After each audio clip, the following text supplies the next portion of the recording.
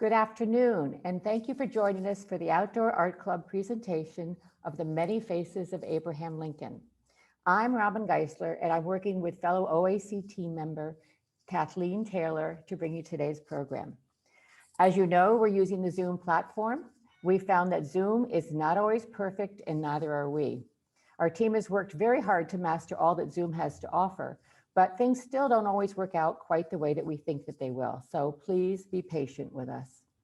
For those of you who are not familiar with the Outdoor Art Club, we're a nonprofit women's organization founded in 1902. The club engages in civic, cultural, and charitable work in our community. In our early years, the Outdoor Art Club established the first lending library in Mill Valley, and we housed it in our own building. This past fall, we led a coat and COVID-19 supplies drive for the Canal Community Alliance and the Marin City Public Schools. In addition, every year the Outdoor Art Club runs a public speaker series so that people like you have the opportunity to learn about topics as varied as COVID-19 in Marin County and the changing legacy of our 16th president, Abraham Lincoln.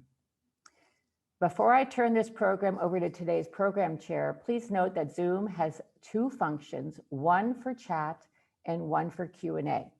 We will not be using the chat function today. However, we'd like you to use the Q&A function to send your questions to Mick Chantler anytime during the program. Mick will leave time to address your questions at the end of his presentation. So at this time, I'd like to introduce Barb Denson. Barb is a member of the Outdoor Art Club, and she's the program chair for today's event. Hello, Barb, and thank you for bringing us today's exciting program, The Many Faces of Abraham Lincoln. Welcome, everyone. It's my pleasure to introduce Mick Chantler. Mick has been a student and instructor of early American studies for over 40 years. With an MA in history, he currently teaches at several Bay Area lifelong learning programs, including OLLI at Dominican College, UC Berkeley, University of Santa Clara, and Sonoma State, as well as Rhodes Scholar programs. And Mick has lectured with us at the Outdoor Art Club for over 6 years. The title of Mick's lecture today is From Buffoon to Philosopher King, The Many Faces of Abraham Lincoln. Mick will examine the different visions Americans have held about Lincoln from his own time to the present. While most Americans have regarded him as a secular saint and granted him a place in the pantheon of our nation's greatest heroes, others have ridiculed him as a country bumpkin or decried him as a dictator. Most contemporary historians see the great Emancipator as the foremost advocate for African American freedom and equality, but others view him as a racist and hypocrite. We will sift through the kaleidoscopic images of Lincoln as they evolved over the years and make an assessment of which views are valid and which are unfair. Welcome, Mick. Well, thank you, Barb, and thank you, Robin. And I want to express my deep appreciation to everybody at the Outdoor Art Club for having me for the 6th consecutive year. And today's presentation, I think, is a timely one. I think a lot of us are probably doing some serious thinking about the nature of presidential leadership in America, what kind of qualities we're looking for in our leaders, what kind of rhetoric we should expect from responsible presidential leadership. And I think most people, lay people as well as professional historians, look to Abraham Lincoln as the prototype or the model for wise, humane statesmanship. And so we're going to spend the next 45 minutes or so trying to justify that estimation and showing how Lincoln truly was probably our greatest leader in times of incredible stress. And now that we're in a somewhat similar time that Lincoln had to grapple with, I think it behooves us all to look back and see what he was able to bring to the fractured America that he tried to tame and to rule for 4 years. and see what qualities were successful in bringing us through this worst crisis that we ever had.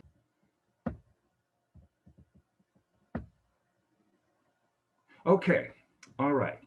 So the word buffoon and Abraham Lincoln don't often fall together in the same sentence. It seems almost grating on the ears to think that anyone could think that Abraham Lincoln was a country bumpkin, a Kentucky mule, a buffoon, a clown, a jester, and not someone who is serious.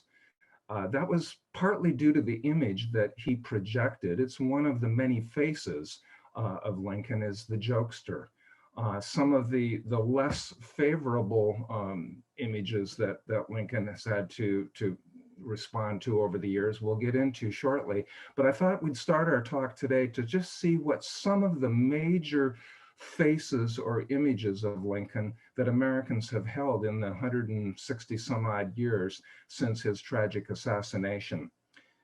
One face that we see frequently, at least once every 4 years at the Republican National Convention, is when they promote their party as being the party of Abraham Lincoln. And of course, in one sense, that's absolutely true. Lincoln was one of, not the original founder of the Republican Party in 1854, but he was certainly a key player in the liftoff of the Republican Party, a party that was born in the anti-slavery agitation of the 1850s. Interestingly enough, the Republican Party of Lincoln's day would be, by today's standards, considered a pretty progressive liberal party. It's one of the great, I think, interesting ironies of American history is that the two parties, the Democrats and the Republicans, were both in existence in Abraham Lincoln's day, but in many fundamental respects, they've switched roles over the century and a half since Lincoln's day and have adopted different positions on the spectrum. In Lincoln's day, the Democrats were the conservative states' rights party, upholding slavery, upholding apartheid race relations in America, and promoting a small government mentality that Lincoln had to grapple with during his 4 years, because he was very definitely a big government man, no question about it.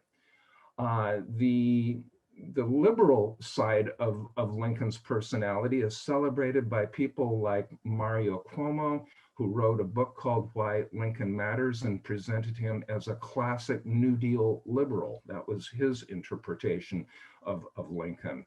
Other historians and political figures on the liberal side of the spectrum that look to Lincoln as a hero and as a model for their behavior would be George McGovern. McGovern had a photograph of Lincoln hanging in his Senate office wall, and always said that he referred to Lincoln's writings when he was stuck with a conundrum, a political problem that seemed knotty and unwilling to yield. And he would go to Lincoln's writings to get inspiration for how to solve the problem that was in front of him.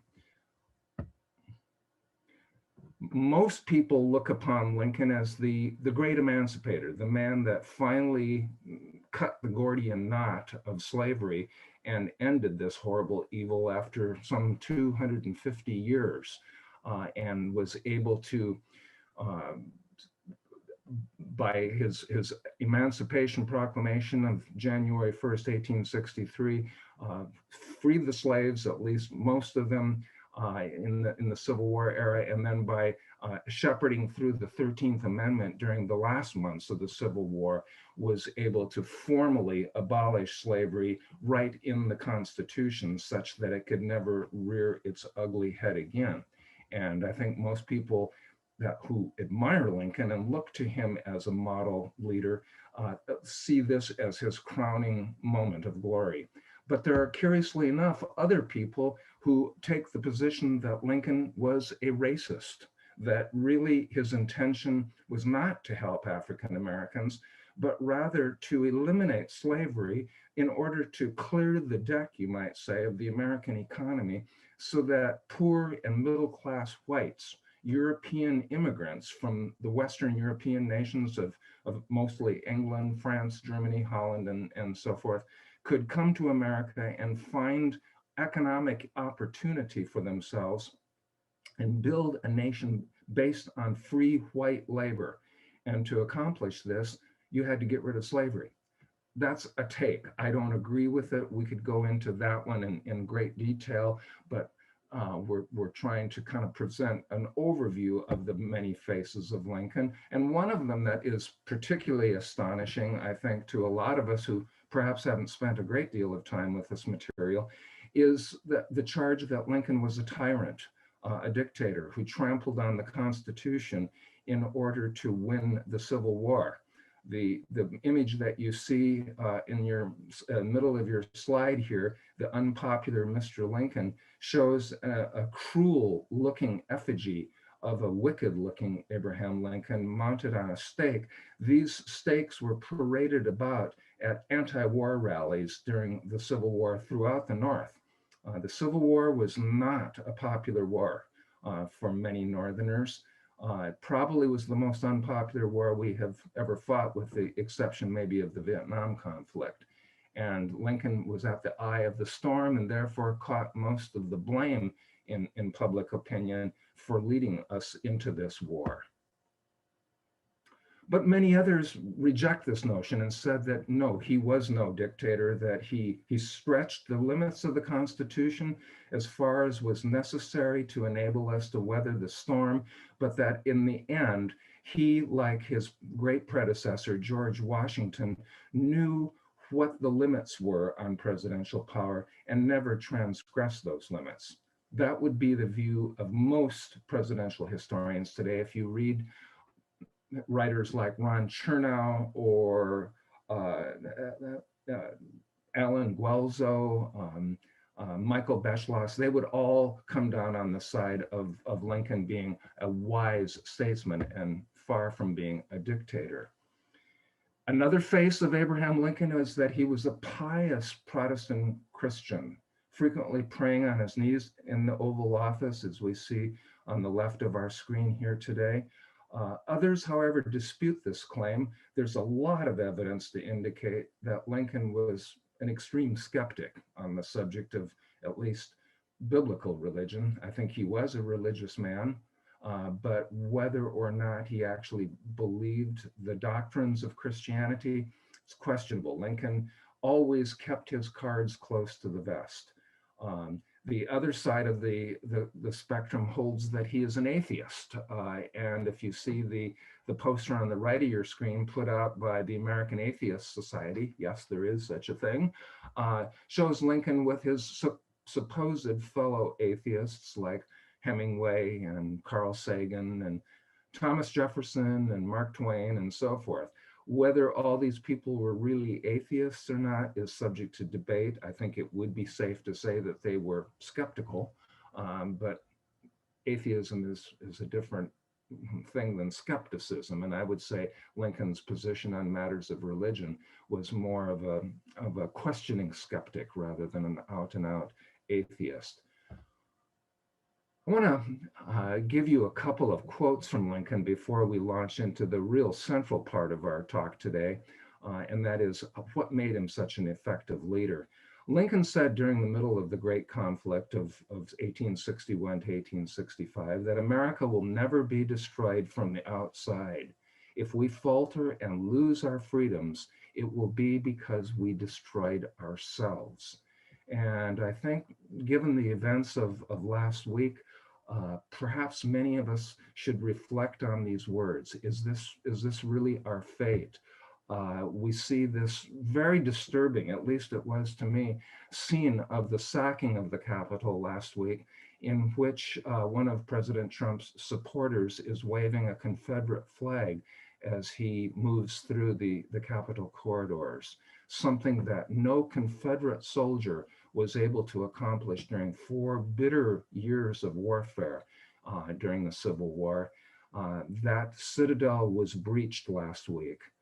And one can only imagine what, if there is such a thing as Lincoln looking down from heaven, he must have been terribly, terribly troubled by the images that he was seeing. So I think this kind of summarizes for me why we should pay attention to Lincoln. What face is really the most valid, the most verifiable face of his many faces that make up his legacy. So today, for the rest of our time together, I'd like to talk about his leadership qualities, what made him an effective chief executive during a time of such extreme crisis. And many of the principles that Lincoln followed as a leader are applicable not just to political leaders, but to business leaders, I think, to educational leaders, to sports coaches, anybody who's in a position of influence and power over others and has an opportunity to mold public opinion in a positive direction rather than in a destructive way, I think should pay attention to Lincoln's 10 principles of presidential leadership. So let's get started.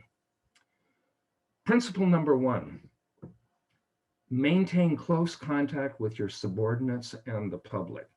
Lincoln was not someone who remained sequestered in the Oval Office for 4 years. It might have been tempting in a way, given the turmoil and the chaos and the danger around him, but that was not his style.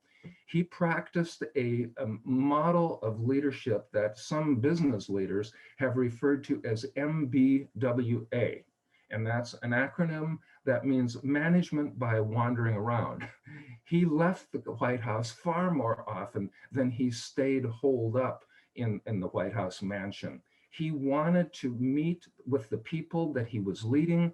He wanted to listen to what they had to say. He wanted to address their concerns. So every opportunity that presented itself to him was a chance for him to spread the gospel of national unity and reconciliation. And so here we see an example of that. This is a Courier and Ives print that was made during the Civil War of Lincoln reviewing Union Army troops going off to battle from the steps of the White House. And this was not a one-time practice for Lincoln. Lincoln spent a great deal of time in the field, meeting with soldiers, talking with them, visiting them in hospitals, and addressing their wounds, their fears, their anxieties about would they ever see their mother or sisters or loved ones again. Lincoln felt that this was an absolutely vital part of his job, and I think it is so true. The great leaders that we've had in our past did not stay hidden away during times of crisis. They got out onto the ground and met people and reassured them that everything was going to ultimately be okay. Business leaders stress how important it is to maintain casual, warm contacts with people in their organization. And here we see Daniel Day-Lewis in the Spielberg movie Lincoln meeting with Union Army troops and swapping stories with them, telling jokes with them, listening to what they had to say out in their environment, not in the comfort of his own office, but in the cold and the rain and the elements that were so challenging for these soldiers. Lincoln felt if they can endure it, surely I can for a few hours. Good leaders always go to where the action is. When something of a critical nature is going on, you want to be on site if you're a true servant leader. And here we see an example of that when Lincoln is visiting the front in Virginia. We must remember that the battlefront in the Civil War extended, of course, across virtually the entire nation. But a large part of it took place within 100 miles or even 50 miles of the capital. And so Lincoln was constantly going out into the field to meet with his officers, his generals. And here we see him posing in conversation with one of his early commanders of the Union forces in Virginia, and that's George McClellan, who's more or less right in the center of your photograph, looking up at the much taller Lincoln. Lincoln was about 6 feet 4 inches tall. So he cut a pretty impressive figure when he was with his troops. Lincoln made a practice of dealing with his subordinates whenever possible on their turf. In other words, Lincoln did not always invite cabinet members or government officials or army officers into his office for a nice chat. He would go to them in their offices. And here we see from the movie Lincoln, on Spielberg's movie, Abraham Lincoln in the office of William Seward. It was a deliberate strategy on Lincoln's part. He felt that he could learn more from his subordinates and his assistants by visiting them on their home field, so to speak, and making them more at ease because they were in their environment.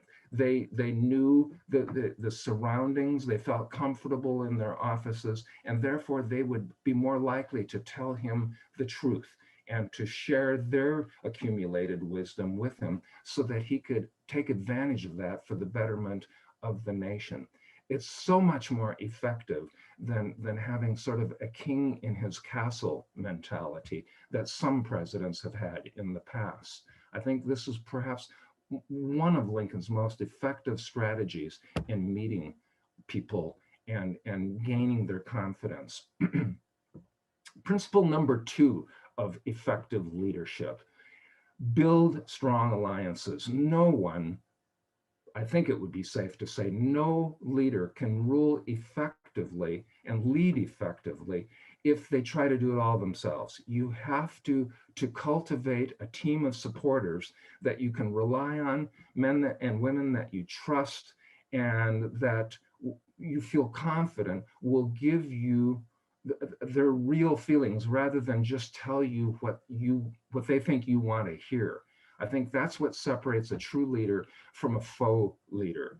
Anybody can hire sycophants and toadies that will tell you exactly what you want to hear. That's not what Lincoln wanted. So he hired for his cabinet members men of powerful personalities that were their own men. Men like William Seward, pictured here on the left of your screen, to become his Secretary of State.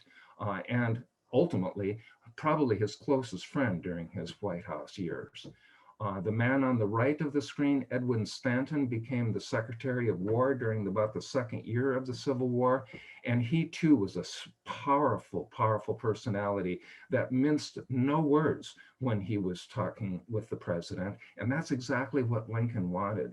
There was a funny anecdote that said, that related a story about Stanton and Lincoln once. Then someone came to Lincoln's office and said something about some war supplies and war contracts that needed to be taken care of. And Lincoln said, well, we'll deal with that later. And the person said, well, Stanton says it has to be done now. And Lincoln's a fool if he doesn't attend to it right now. This needs to be taken care of. And Lincoln's response was not to get angry at Stanton for calling him a fool, but to tell the subordinate, well, if Stanton says I'm a fool, I guess you better listen to him and get that matter taken care of right away, because Stanton rarely makes mistakes. So that's the kind of support that Lincoln wanted from his cabinet members, men that had the courage of their convictions, that were willing to say painful truths sometimes, truths even that perhaps Lincoln didn't agree with, but he needed to hear them. Similarly, he brings together in his cabinet men who despised him. Men like Salmon Chase, for example, former governor of Ohio, and a constant critic of Lincoln, both before the presidential administration, which began in 1861, and throughout his White House years. Chase never lost an opportunity to insult President Lincoln behind his back, constantly sniping at him with journalists, with other staff members, with White House officials. Chase never got over the fact that he wasn't made president in 1861, that someone who Chase regarded as far less capable, less well-prepared, poorly educated, a man like Lincoln who had attended only 2 years of school in his life compared to Salmon Chase, who was a college graduate, This rankled on Chase and caused immense resentment throughout the years of their relationship together. But Lincoln brought these kind of people together because he needed their honest opinions and he needed the best. He needed to assemble the brightest minds in the country in order to pull the country through this horrible crisis of civil war. And Chase was a brilliant Treasury Secretary and managed the nation's finances very efficiently during the war. And that's all Lincoln wanted. He didn't want Chase to like him. He wanted Chase to serve the country to the best of his ability. So I think that's the second mark of a truly great leader. George McClellan, Lincoln's early on general-in-chief of the Union armies, is another example of a man that had nothing but contempt for President Lincoln. Spoke of him as a not just a buffoon, but a gorilla, a baboon. Lincoln, it's astonishing to see how many references to Lincoln have simian references to his physical appearance. He was tall, he was gangly, his arms were sort of disproportionately long for his body. He had that classic lantern jaw, people call it. Many medical historians speculate that Lincoln may have been suffering from Marfan's syndrome, and that's what caused these kind of distortions in parts of his body. And McClellan would make fun of Lincoln's physical mannerisms, of course, always behind the president's back, not to his face, mock his movements, had nothing but contempt for him. So why did Lincoln stick with someone that hated him so? Again, it's because he wanted the best. And at the time, it appeared that McClellan was the best that the Army had to offer. We must remember that when Civil War broke out, most West Point graduates resigned their commissions in the Army and went over to the rebel side. So what was left of Union Army leadership was not necessarily the best and the brightest. So Lincoln didn't have the luxury of choosing whomever he wanted to be the commanding general of the Union Army in Virginia. He had to take what was available. And at the time, early in the war, it looked like McClellan was the man. So Lincoln was able to overlook the constant invective and insults flowing from McClellan in both his verbal contacts with the general as well as in written letters. McClellan never treated Lincoln with the kind of respect and dignity that you would think a general would. Point number 3, and this is really related to number 2, assemble the best talent available. And remember, they don't have to like each other. They just have to be able to pull together and work as a team. This is the strategy behind Lincoln's cabinet selection as well as the selection of his Army officers. And it was recorded so brilliantly, I think, in Doris Kearns Goodwin's great book, Team of Rivals. This is still my go-to book about Lincoln when I'm preparing a new lecture on Lincoln. I would highly recommend it if you have an interest in Abraham Lincoln. This would probably be the best place to start.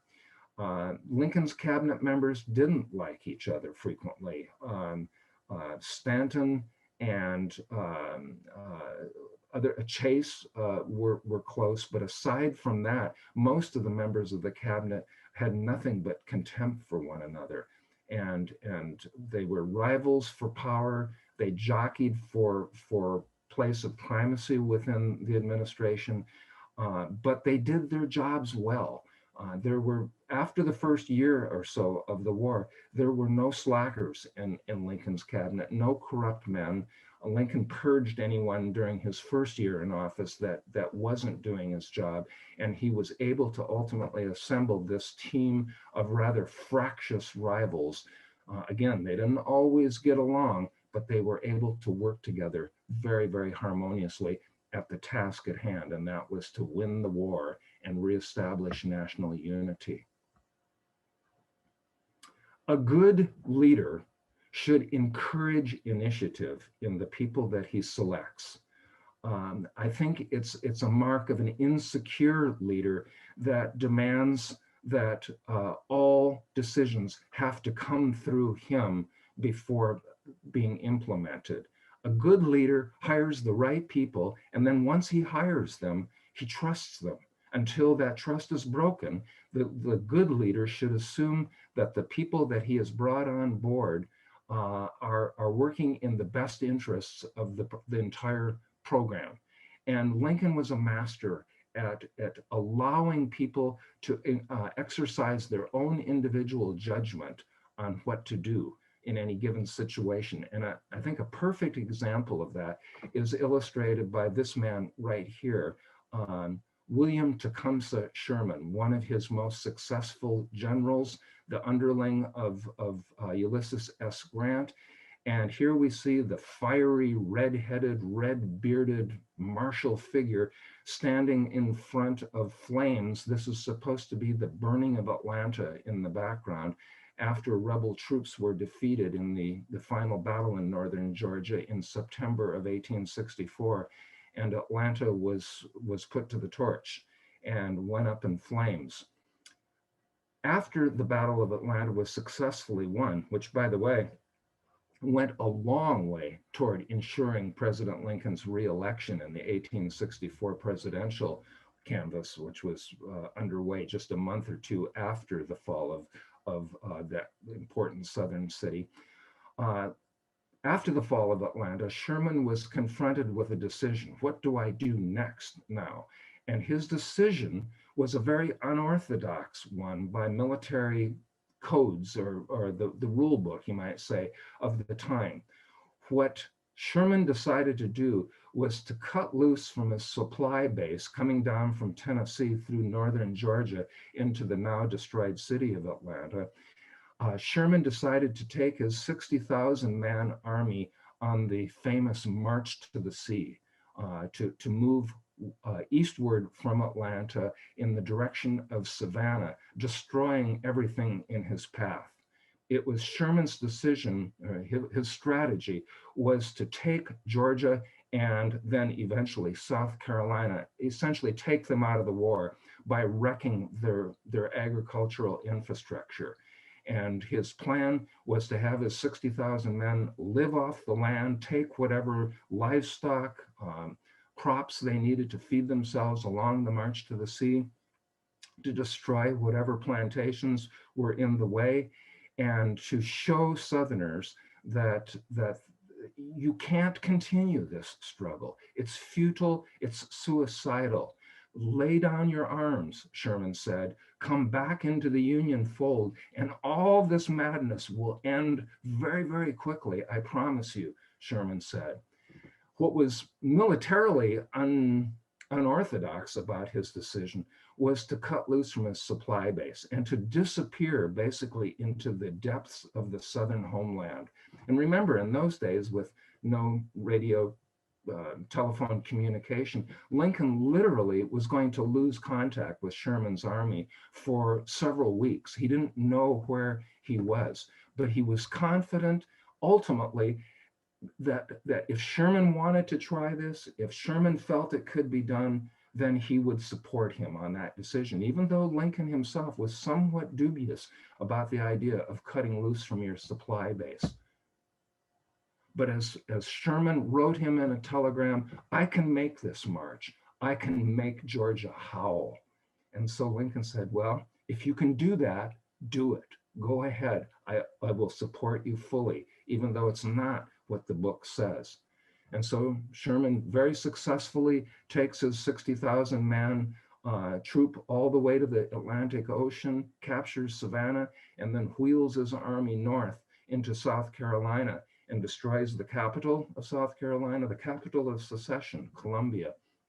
And in the process, really does manage to eviscerate the Deep South and prevent them from sending their agricultural supplies to the rebel armies in the field up in Virginia.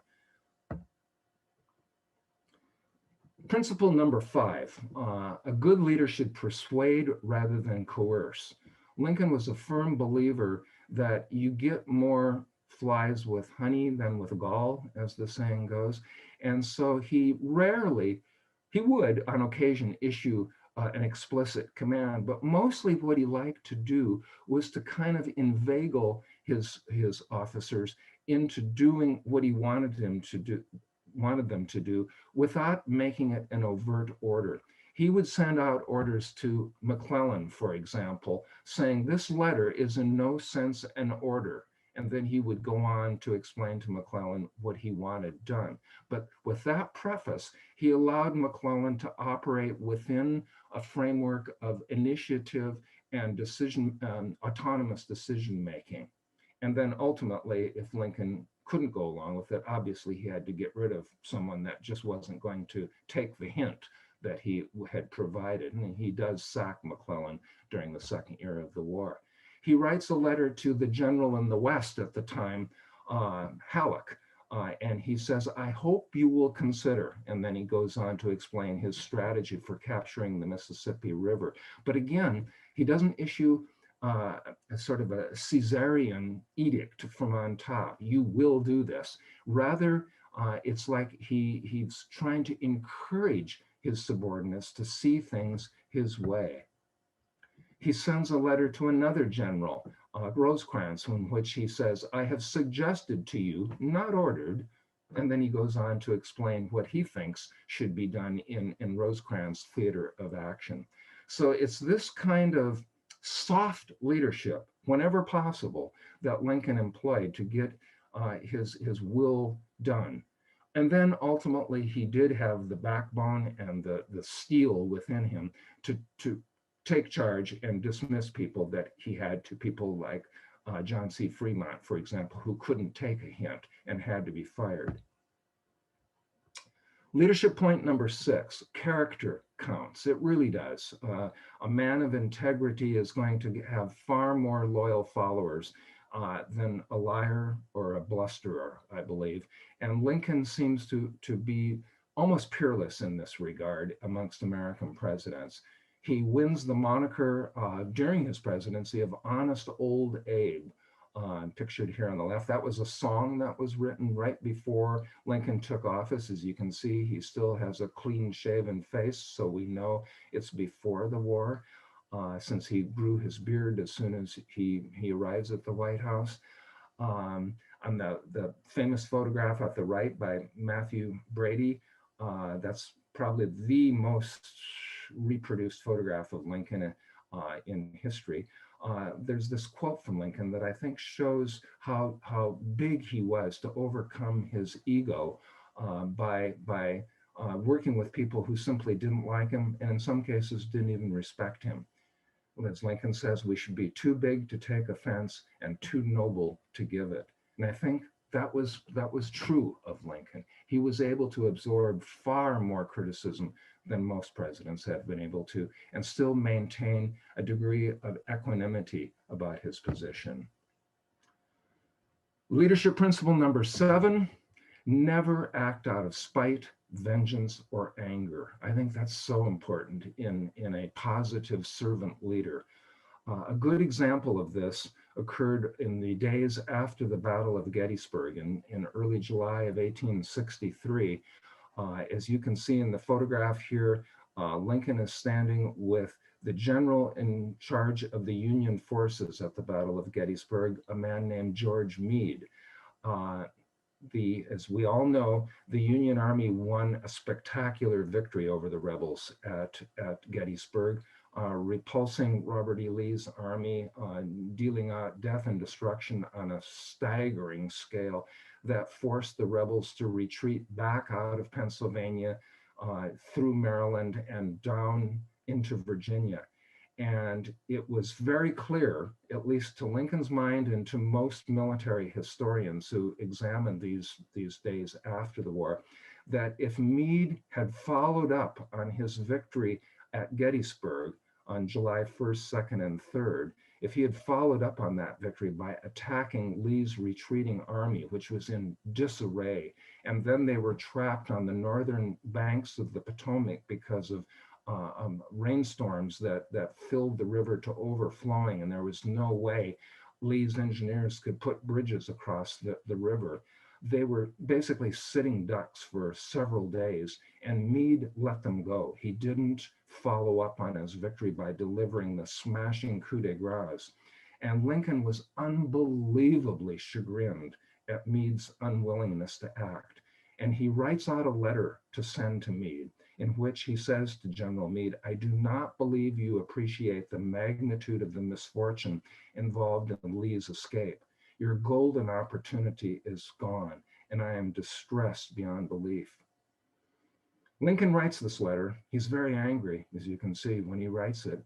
But after he writes the letter, he pauses, he rereads it, he puts it down, and he comes back a few hours later and he reads it again. And he decides to fold it up and to put it into his coat pocket and not send it. He needed Meade. And he knew if he sent this letter, it would crush Meade's spirit and probably cause him to resign. And at that point, Lincoln did not have any replacements. Who was he going to fill Meade's place with? At this point, he didn't have any choices. So consequently, he showed the forbearance and the control of his anger, not to let his anger dictate his decisions. And we'll see in the next slide how he handles it. He writes to one of Meade's associates, a man named General Oliver, about 2 weeks later, and he speaks very highly of Meade. He said, "I believe that General Meade and his noble army let the crop go to waste. A few days having passed, I am now profoundly grateful for what was done without criticism for what was not done. General Meade has my confidence as a brave and skillful officer and a true man." Now, to me, that's self-mastery.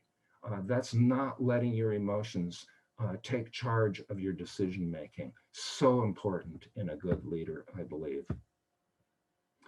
Point number 8, and we're getting down near the end here. Humility and humor are valuable assets in any leader. No one likes a humorless boss. No one wants someone who's arrogant at the top of an organization.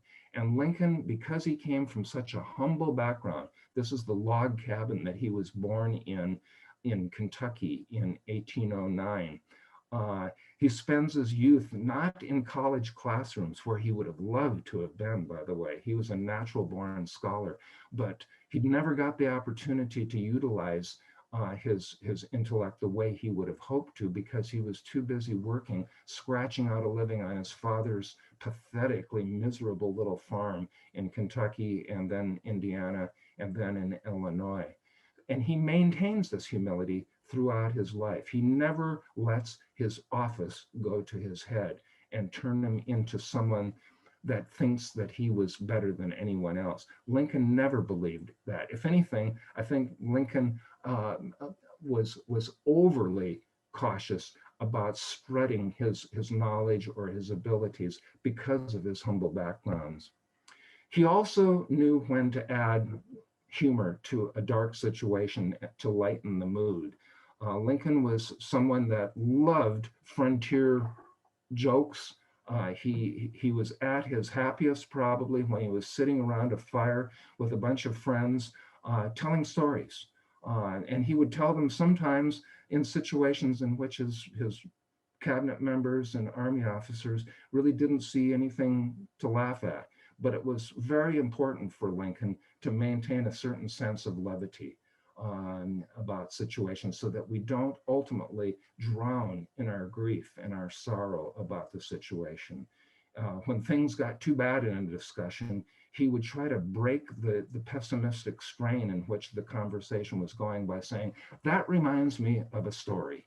And then he'd launch off onto one of his great anecdotes about frontier life back in Illinois as a kid. I think I'll just leave you with one of his favorites. One of my favorite stories that Lincoln told occurred during the Lincoln-Douglas debates of 1858, when they were both running for the Illinois Senate seat. And Lincoln was speaking on a podium in front of about 15,000 people. And there was an older woman sitting right in the front row of the podium, of the deck, heckling Lincoln and muttering insults at him. And finally she says, "Lincoln, you're a hypocrite and a liar, and you're two-faced. And Lincoln looks down at the woman, smiles at her and says, "Madam, if I had two faces, do you think I'd be wearing this one?" And immediately the whole crowd breaks up laughing, and it diffused the situation and took the negative charge out of the air. Leadership principle number 9, be an effective communicator. And I think it's clear that Lincoln was the best writer we've ever had in the White House. He composed the most magnificent oration at Gettysburg that he delivers here in the picture on the left of your screen. People still think that this is probably the most sublime message that an American president has ever shared with the nation. And he wrote it himself. He did not have speechwriters helping him with that. By the way, don't believe the old legend that Lincoln scratched out the Gettysburg Address on the back of an envelope while he was riding on the train from Washington up to Gettysburg. That was not Lincoln's style. He never would have approached an important historical moment like Gettysburg by being so ill prepared. He had worked on the Gettysburg Address for weeks before delivering it. Similarly, on the right of your screen, you see his second inaugural address, which is positively Shakespearean in its magnificence. 734 words, I believe, one of the shortest inaugural addresses ever given, and yet one of the most magnificent. With malice toward none and charity for all, let us seek to bind up the nation's wounds, and so on. I mean, I'd highly recommend that you Google it and just look at it and think, this is magnificent writing. And again, he does it himself. He doesn't have a whole fleet of speechwriters preparing his messages the way a modern president does. Lastly, point number 10, Lincoln realized that timing is so important, that you can't make something happen until the conditions are ripe. And he could wait. He had patience. He was willing to bide his time when everyone else was pushing him toward a rapid conclusion, particularly on the subject of ending slavery. Many of the more radical members of Congress, the radical Republicans as they were called, were pushing him from day one of the Civil War to end slavery, to strike a fatal blow at the peculiar institution. And Lincoln realized, I can't do that. It's too early. I will lose half of the support I've got now if I push too hard on the subject of slavery. And so I'm going to wait until the moment is ripe. As he put it in one of his discussions with William Seward, this thunderbolt will keep. And he does wait until he feels he's got the right time, which is after the Battle of Antietam in September of 1862. Last thought that relates to this timing issue. Lincoln was a man that, as I said earlier, did not have much in the way of formal education. His wisdom was largely self-taught. He was a tremendous reader. He read everything that he could, from political philosophy to science to poetry. And one of his early mentors, you might say, was the famous Aesop. Probably Aesop's Fables was one of the most forming influences on his character as a young boy when he was trying to learn the culture of the Western world. And he particularly was enamored with the story of the tortoise and the hare. And as we all know, the hare should have won that race hands down, but by dallying and goofing off, he loses it to the tortoise, who keeps moving slowly but surely in the right direction. And that was Lincoln's feeling about his political philosophy, and specifically with regards to slavery, is I will strike down slavery when I can, when it will be effective to issue a blow against slavery, and not until then, because if I act precipitously, I will lose such key support that this whole enterprise is going to go down the drain, and we will lose this wonderful country of ours. So those are his principles. I think it would be safe to say that Lincoln provides us with a template for wise, humane, and practical presidential leadership. And God willing, our country will see his likes again someday. So thank you very much. Thank you, Mick, for another fabulous lecture. I love that tortoise and hare reference. Are you ready for some questions? Bring it on. Yes, indeed. Okay, since we admire Lincoln so much today, why did so many Americans hate him during his presidency? Why did so many Americans hate him during his presidency? Yes. Yeah, we have to remember that in Lincoln's day, the federal government was minimal in comparison with what it subsequently became. If you were an American living in the year 1855 or 1860, right before Lincoln comes to the White House, uh, you would have hardly been aware of the existence of the federal government. The only visible presence of the national government in most people's lives would have been the post office. It wasn't expected to do much. The Constitution really didn't even seem to design it to do very much. We were still a very, what you might call, primitive political society in 1860. And Lincoln comes along and changes all that. And a change agent is going to attract a lot of criticism. That's human nature. Lincoln felt that you could use the federal government as a powerful positive influence on American life. So he gets the Congress to pass the Morrill Act, which provides for free public education, higher public education for any American who wants it. The land grant college systems comes out of this Morrill Act. And if you went to any land grant college, University of Michigan, University of Wisconsin, University of California, on and on. I mean, I think there's over 100 of them. You have Lincoln to thank for that. Lincoln had the railroads built with government help, linking coast to coast this great nation of ours into one unified economic whole.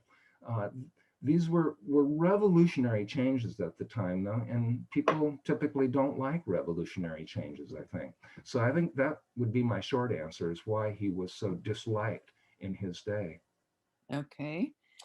I have heard that President Lincoln liked to cook and used his family recipes to prepare meals. Was this just at the White House, or was it also true prior to him becoming president?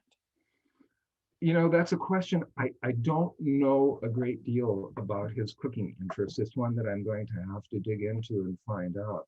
Um, my sense of Lincoln's cooking interests and interest in food in general were probably pretty basic. I mean, he comes from the Western frontier where there weren't a lot of fancy restaurants and, you know, four-star dining opportunities. There's a funny story that is told of Lincoln when he's elected and is going from Springfield to Washington. He takes a train on a 1,700-mile journey all throughout the North, down then from the East Coast down to the nation's capital to be inaugurated. And on the way, he stops in New York City, and many of the major political figures and intellectuals in New York City want to meet him and to take him out to dinner. And they do take him to a fine French restaurant in New York City. And Lincoln cannot read the menu. It's in French. And when the waiter comes and tries to explain what the various offerings are and goes down the list, finally the waiter says the word beans. And Lincoln can understand that. And he says, beans, that's what I'll have, lots of beans. So I think his eating tastes, from what I know, were fairly rudimentary, but I don't know about his cooking. That's a good question, though. Okay. What do you think of the Daniel Day-Lewis's portrayal of Lincoln? Did he capture the essence of the man? I think so. Daniel Day-Lewis is not just a phenomenal actor, but he's a true professional in the sense that when he takes on a role, he studies it for a long time before the shooting of the film begins. When Tony Kushner, the screenplay writer for the movie Lincoln, and Spielberg approached Daniel Day-Lewis and said, would you be willing to take this on? He said, yes, if you can give me a year to prepare. And during that year's time, Daniel Day-Lewis did not take any other acting assignments. He studied Lincoln and immersed himself in the subject.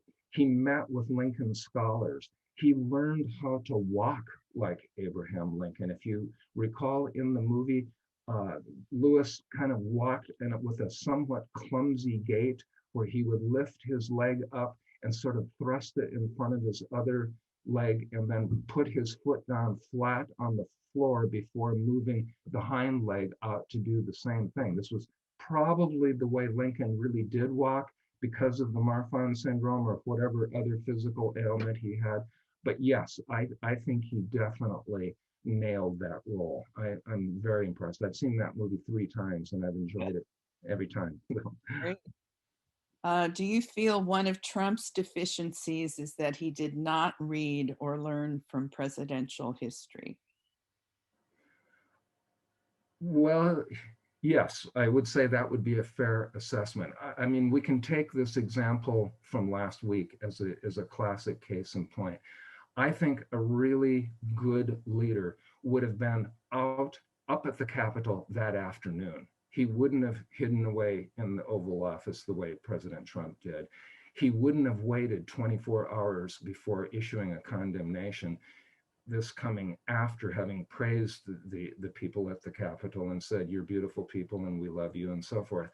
To me, that was a dereliction of duty on Trump's part. If he was serious about squelching the violence and the chaos up there, he would have been there himself. Lincoln would have, absolutely. I cannot imagine Lincoln staying at the White House if the Capitol were under siege. That's just not his way. So, yeah. What was the source of Lincoln's strength and moral courage?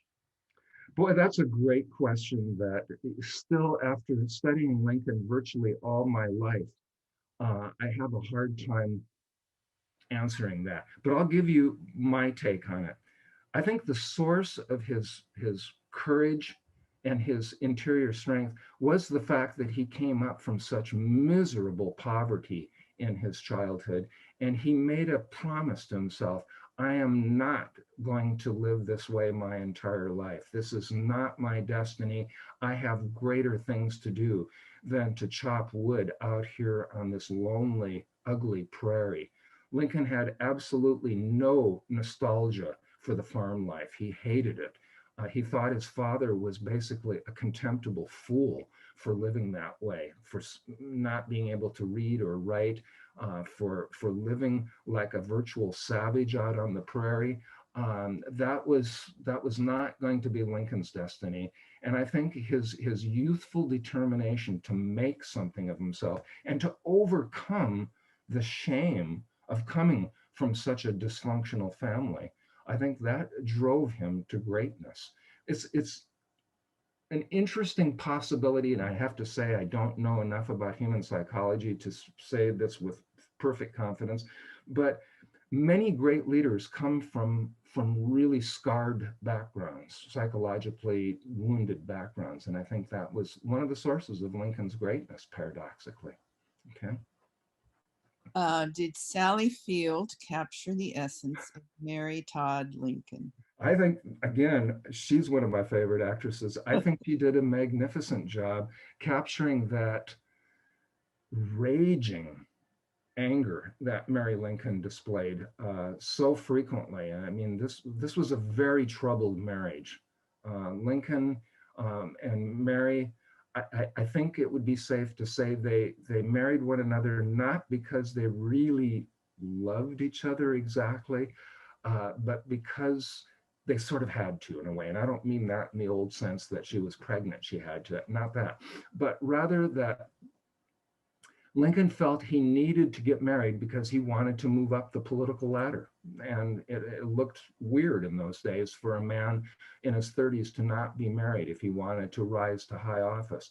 And he had to marry someone that had a pedigree. And Mary did. She could speak French. She knew how to dance properly. She had been educated. So she seemed like a likely candidate. And then the whole thing goes south. And they have this terrible series of fights and rows that punctuate their marriage throughout their lives. Mary many times would attack Lincoln with a butcher knife. He would literally have to fend her off. I think Mary was mentally unbalanced, and was a manic depressive herself. Lincoln was probably a depressive personality.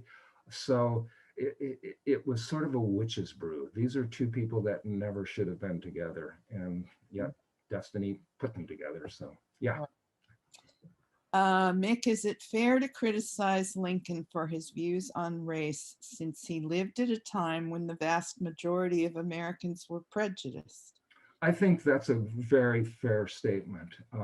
Yeah, Lincoln wouldn't pass muster by 21st century Marin County standards. We would find his language, his views on Black people to be not what we would find acceptable today. But as the questioner says, he's not a 21st century Marin County inhabitant. I mean, he's a product of early 19th century America, growing up on the Western prairies.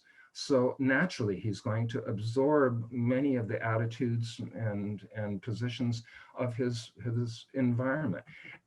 Before leaving that question, I'd like to just point out that the head of the natural science department at Harvard University at the time was a man named Louis Agassiz.